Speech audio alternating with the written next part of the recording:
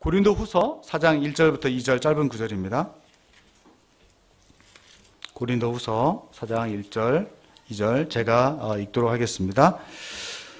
그러므로 우리가 이 직분을 맡아 긍휼하심을 입은 대로 낙심하지 아니하고 2절입니다. 이에 숨은 부끄러움의 일을 버리고 속임으로 행하지 아니하며 하나님의 말씀을 혼잡케 하지 아니하고 오직 진리를 나타내므로 하나님 앞에서 각 사람의 양심에 대하여 스스로 추천하노라.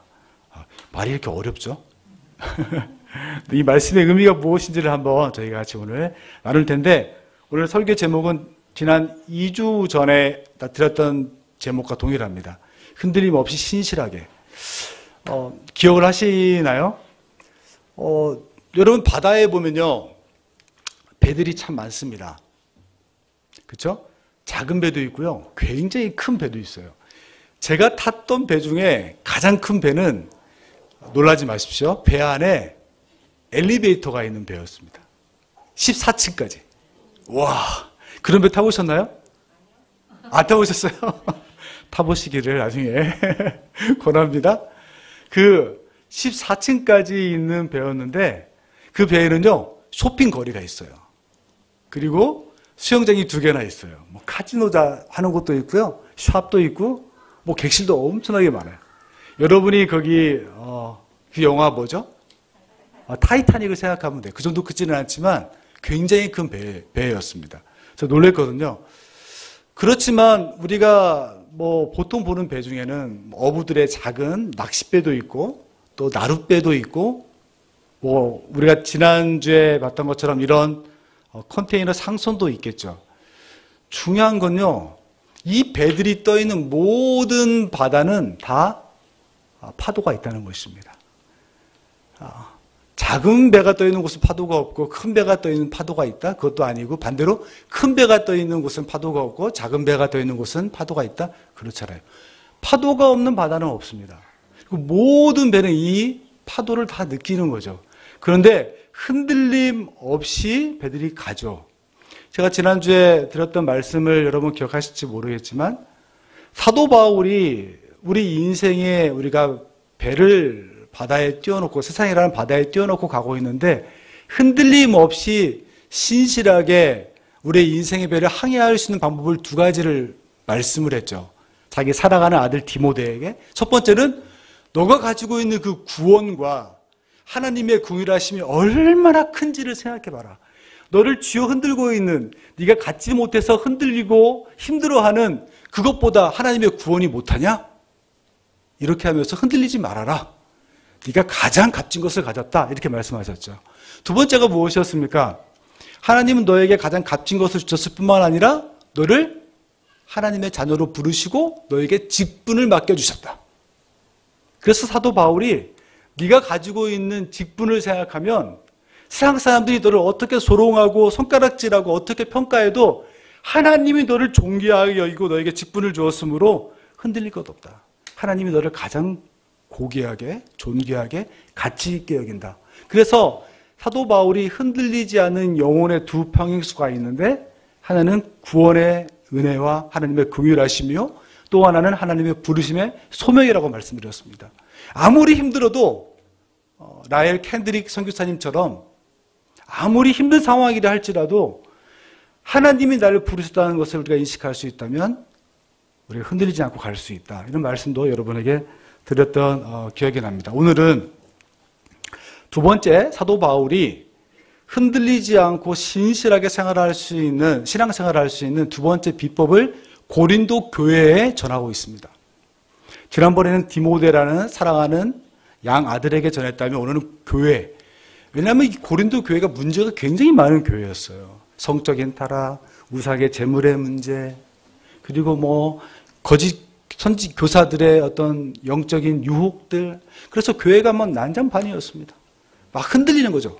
교회의 존폐위기까지 막 왔습니다. 근데 사도 바울이 고린도 교회를 굉장히 아끼고 사랑했어요. 사도 바울이 2차 전도여행을 할 때 아테네를 지나서 이제 고린도에 이르렀습니다. 거기서 약 18개월 동안 머물면서 고린도 교회를 세웠어요. 그리고 늘 말씀 속에 내가 한번 가고 싶다 할 정도로 고린도 교회를 굉장히 아꼈던 교회예요. 근데 그 교회에 굉장히 큰 어려움이 일어난 거예요. 사도 바울이 이 어려움을 해결하기 위해서 누구까지 보냈냐면 아볼로라는 사람을 고린도전서 16장 12절에 보면 추천을 합니다. 근데 아볼로가 가기를 꺼려요. 이 교회 너무 힘들어서 내가 못 갈 것 같다. 그런 문제가 많은 상황이 있었습니다. 교회가 어떻다는 거죠? 막 흔들리고 있었어요. 그런 상황 가운데 사도 바울이 그 고린도 교회에 편지를 쓴 것입니다. 근데 1절에 이렇게 말해요. 흔들리지 말아라.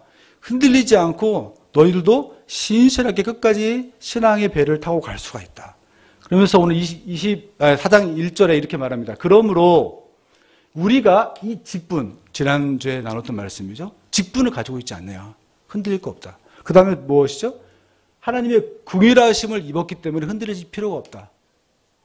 하나님이 허락하신 직분과 구원의 궁일하심을 설명을 합니다.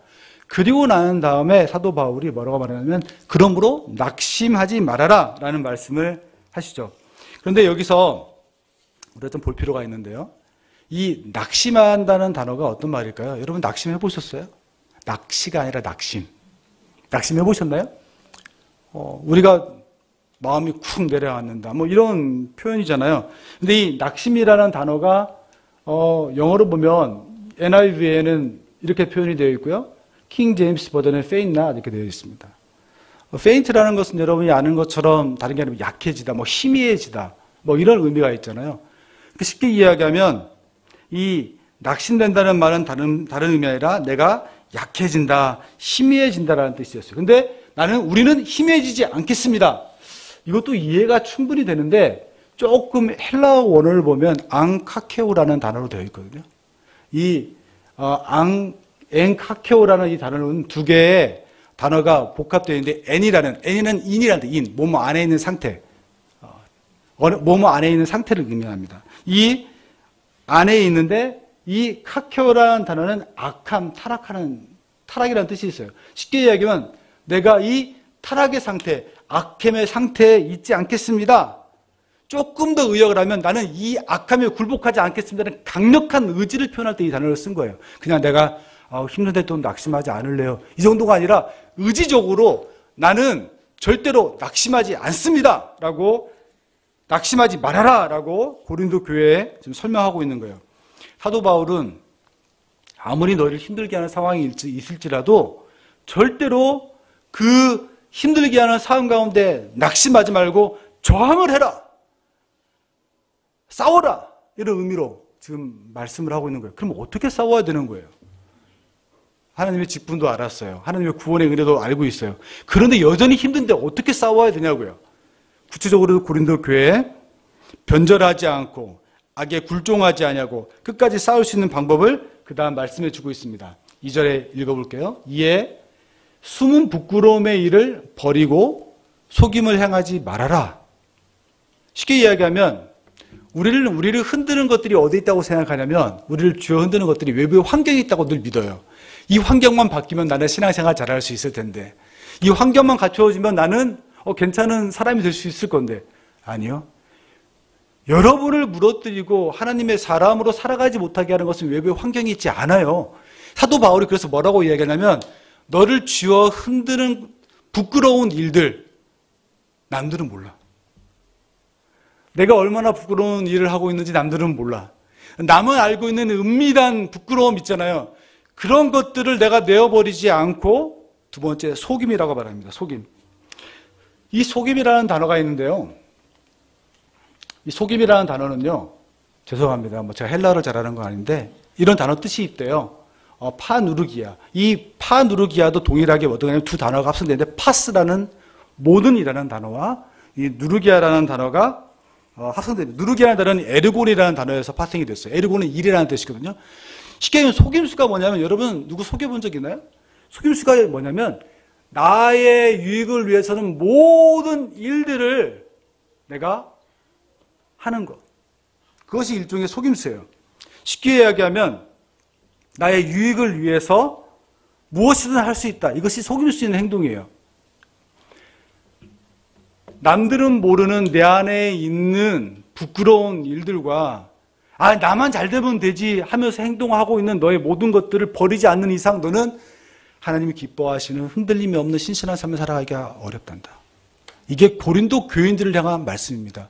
고린도 교인들이 얼마나 잘났습니까? 막 손 얹고 기도하면 막 병이 낫고, 저도 그런 은사가 좀 있었으면 좋겠어요. 그럼 우리 교회 진짜 빨리 더 많은 분들이 부흥할 것 같아요. 얼마나 교만했습니까? 자기의 유익을 위해서. 더군다나 고린도 교회에 있는 많은 거짓 선지자들이 어떤 일을 했냐면 나에게 유익이 되는 일이라면 사람들을 속이는 일들을 엄청 했어요. 사도 바울은 그들을 향해서 말하고 있는 것입니다. 너희 안에 있는 부끄러운 일들과 나만 잘 되면 되지, 나만 유익하면 되지라는 생각들을 너가 버리지 않는 이상 너 안에 새로운 삶을 살아가기는 어려울 것이다. 그것들을 버려라. 제가 한 집사님과 대화를 나누었습니다. 실명을 거명하기는 좀 어렵고요. 그분이 이런 대화를 해요. 이야기를 하셨어요. 목사님, 제가 날마다 죽지 않으면요, 스물스물 제 안에서 제 자아가 막 일어난다고요. 그래서 제가 의롭다고 결정한 일들을 후회를 해요. 그래서 제가 날마다 기도하지 않을 수가 없어요. 사도 바울이 아까 말한 것처럼 버려라 라는 단어는요, 한 번 버려라가 아니에요. 헬라어에 여러분이 아는 것처럼 지속적인, 계속적 용법이 있는데 지속적으로 버려라. 지속적으로 버려라. 여러분이 내 안에 숨어있는 부끄러운 일을 한 번 버린다고 버리지 않아요. 알잖아요. 그 부끄러운 일이 또 반복되는 거. 내가 지었던 죄가 또 반복되잖아요. 끊임없이 버려야 돼요. 내 안에 나는 괜찮아, 나만 유익하면 돼라고 생각했던 그 생각들을 한 번 버릴 수 있어요. 은혜 받고. 내가 지속적으로 버리지 않으면 스물스물 또 일어난다고요. 사도 바울은 그것을 버리고 행하지 않는 일을 행하라는 단어 속에 계속적인 의미로 한 번 버리는 게 아니라 계속적으로 버려야 된다. 그래서 우리가 말씀하고 있는 것입니다. 우리가 이런 질문을 던질 수 있어요. 목사님 알겠습니다. 좋은 말씀이네요. 내 안에 남들이 모르는 부끄러운 모습들을 버려내고, 그리고 나만 잘 되면 된다고 생각하는 그 속임수, 그것을 위해 모든 일을 할 수 있다는 그 속임수를 내가 버리면 되겠네요. 근데 그거 나누는 기준이 뭐예요? 내가 복음 때 내가 복음. 내가 하면 로맨스, 남이 하면 불륜. 그렇죠? 너무 그런 모습을 우리가 많이 보잖아요. 내가 복음. 하나님께서는 그래서 이 속임수와 부끄러운 일을 구분하는 기준을 사도 바울은 계속해서 말해요. 보십시오. 사도 바울이 이에 숨은 부끄러운 일을 버리고 속임으로 행하지 말아라. 너 안에 신실한 믿음의 삶을 살기 위해서 꼭 버려야 되는 게 이런 것들인데 끝까지 버려야 된다. 반복해서 버려야 된다. 그런데 그것을 나누는 기준이 뭐냐면 하나님의 말씀을 혼잡케 하지 아니하고 오직 진리를 나타내므로 하나님 앞에서 각 사람에 대하여, 각 사람의 양심에 대하여 스스로 추천하라. 하나님 두 가지를 말씀합니다. 우리가 버려야 될 것, 버려야지 말아야 될 것. 그렇죠? 우리가 내려놓아야 될 것, 행하지 말아야 될 것, 행해야 될 것들을 구분하는 기준을 두 가지로 얘기해요. 첫 번째는 당연히 말씀입니다. 두 번째는 양심입니다. 양심. 말씀은 하나님의 자녀들에게 주신 정말 사랑의 도구예요. 우리 이 말씀을 통해서 내가 날마다 내 자신을 새롭게 하는 거죠. 여러분, 큐티를 대충 하면 대충 살아가더라고요. 저를 보니까. 그냥 대충 하면 대충 살아가요. 근데 정말 그 말씀 앞에 저를 비추면요, 그리고 그 말씀이 저를 붙잡으면요, 다르게 살아가더라고요. 하나님의 말씀만이 무엇을 버려야 되는지 버리지 말아야 될지 구분할 수 있는 분명한 기준입니다. 우리가 말씀을 묵상해야 될 이유가 바로 여기 있는 것이죠. 두 번째는 여러분, 양심입니다. 양심. 양심은 모든 사람에게 주신 거예요. 하나님이. 저는 대통령 선거를 위해서 권사님이 기도해 주셨는데 많은 기대하지 않아요. 많은 거 기대하지 않아요. 양심껏 정치할 수 있는 분이면 된다고 생각해요. 양심껏. 하나님을 알았으면 정말 좋겠는데 하나님 모른다 하는 정치인일지라도 양심껏 정치할 수 있는 사람이면 그 사람이 괜찮은 사람이다라고 생각을 합니다. 제가 너무 기준이 낮은가요? 하나님은 우리에게 두 가지를 허락해 주셨습니다. 무엇을 버리고 또 무엇을 행하지 말아야 될지를 구분하는 기준은 내 경험에 있지도 않고 누구의 조언에 있지도 않고 어떤 지혜자의 말에 있지도 않고 오직 하나님의 말씀과 하나님의 양심에 있어요. 근데 이 양심이라는 것은요, 비유를 하자면 여러분 등잔과 같지 않아요. 창문과 같아요. 쉽게 이야기하면 양심은 스스로 이렇게 빛을 내지 못하고 창문과 같아서 무엇인가 빛을 내는 것이 내 안에서 비춰질 때 그것이 창문을 통해 투영되는 것처럼 나오는 거예요. 저는 그런 의미에서도 양심도 거룩한 양심은 하나님이 우리가 허락해 주시지 않으면 어려운 것이고 우리가 하나님 말씀을 가까이 대고 하나님을 알아갈 때 우리의 양심이 더욱더 새로워진다고 생각을 해요. 그래서 그런지 찰스 위슬리라는 목사님께서 이런 기도를 하나님께 드렸습니다. 찰스 웨슬리는 요한 웨슬리의 아들이죠. 이 찰스 웨슬리가 이렇게 양심에 대해서 기도를 했어요. 말씀을 달라 이렇게 하면 너무 좋겠는데 양심을 구하면서 당신의 계심으로 더 방황하지 않고 당신의 선하심으로 비통하지 않고 자녀가 품어야 할 경외심과 온화한 양심을 허락하여 주시기를 주님 기도합니다. 주님, 제 양심이 빠른 눈동자처럼 민감하게 하셔서 죄가 가까이 맴돌 때 제 영혼을 깨우시고 계속 근신하게 하옵소서. 이 웨슬리는 하나님의 말씀을 물론 굉장히 붙잡은 사람이었지만 하나님의 말씀도 정말 중요하지만 일상에서 양심이 깨어있기를 주 앞에 기도하고 있습니다. 지난 월요일에 저희 가정 얘기를 좀 드리고 말씀을 좀 정리하려고 합니다. 저희 둘째 녀석이 대안학교에 다니는데 이 대안학교의 프로그램 중에 캐나다로 가는 프로그램이 있어요. 어땠을까요? 둘째 녀석. 신났습니다. 가기 막 몇 달 전부터 살 리스트를 막 정해놔. 막 사야 될 것들, 옷, 신발 막 적어놔요. 캐나다에 대한 기대를 엄청 가졌어요. 엄청 가지고 막 짐을 이제 목록 하나하나 보고 싸기 시작하는데요. 근데 이 아이가 학교에서 요구하는 짐들이 있잖아요. 그래서 23kg짜리 짐을 2개밖에 실을 수 없다고 이렇게 얘기를 했어요. 짐을 펼쳐놓고 보니까 짐이 엄청 많은 거예요. 다 싸니까 당연히 오버가 되죠. 그래서 어떻게 했을까요? 버려야 될 것들을 네가 진짜 가져야 될 것들만 놔두고 나머지는 이렇게 정리를 좀 하자.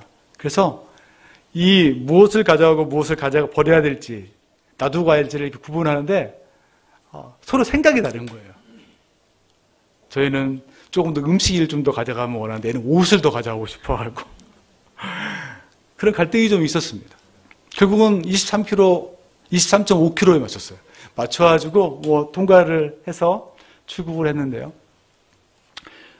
우리는 우리의 삶 가운데 파도가 없는 바다를 만나기를 너무 원해요.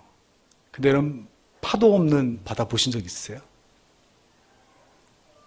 파도 없는 바다 있습니까? 파도 없는 바다 없어요. 이 바다 위에 떠 있는 모든 배들은 그 파도를 다 느끼고 있는 거예요. 그런데 이 보이는 바도 보이지 않는 파도가 이 바다에 있는데 이 바다에 있는 배들이 끝까지 흔들림 없이 항해하기 위해서 필요한 것이 뭐라고 생각합니까? 파도를 없애버리는 것입니까? 파도가 없는 바다를 달라고 하는 것입니까? 이건 우리의 능력 밖이기도 하고 우리가 할 수도 없어요. 요구한다고 되어지지도 않아요. 그렇다면 우리를 뒤에 흔드는 큰 파도건 작은 파도건 우리를 흔드는 파도가 있는 그 바다 가운데 우리의 인생의 배가 떠 있다면 그 배가 여러분 클 수도 있고 작을 수도 있어요. 호화롭고 멋질 수도 있고 초라할 수도 있다고요. 무거운 짐을 질 수도 있고 짐이 없을 수도 있어요. 새로 지은 배일 수도 있고 나무로 지은 배일 수도 있어요. 우리의 목표는 뭐죠? 흔들림 없이 가는 것입니다. 어떻게 갈 수 있을까요? 사도 바울은 우리 가운데 두 번째로 말합니다. 흔들림 없는 신실한 삶이라는 것은 다른 데 있지 않고 하나님의 말씀과 양심에 따라 선명한 신앙의 기준을 세우고 버려야 될 것, 내 안에 버려야 될 부끄러운 일이 무엇인지, 내가 지금 누군가를 속이는 삶을 살고 있지 않는지 내 자신을 살피고 내려놓을 때 가능한 것이다 말씀하고 있습니다. 여러분을 뒤흔드는 여러분을 정말 흔들리게 하는 것은 밖의 파도가 아닙니다. 여러분 안에 있는 부끄러운 일들과 그리고 여러분 안에 있는 속임수일 것입니다. 저는 저와 우리 하늘시학교의 가족들이 하나님의 오늘 파도 바울의 권면처럼 하나님이 말씀하신 분명한 말씀과 그리고 하나님이 모든 사람이 허락하신 양심을 분명하게 세워서 하나님의 말씀과 양심을 따라서 내가 버려야 될 일, 부끄러운 일들이 무엇인지 그것을 버리고 또 내가 지금 속이고 있는 것들을 행하지 않으므로 하나님이 기뻐하시는 신실한 삶을 흔들림 없는 신실한 삶을 살아가는 저와 여러분 되기를 주님의 이름으로 축원해 드립니다.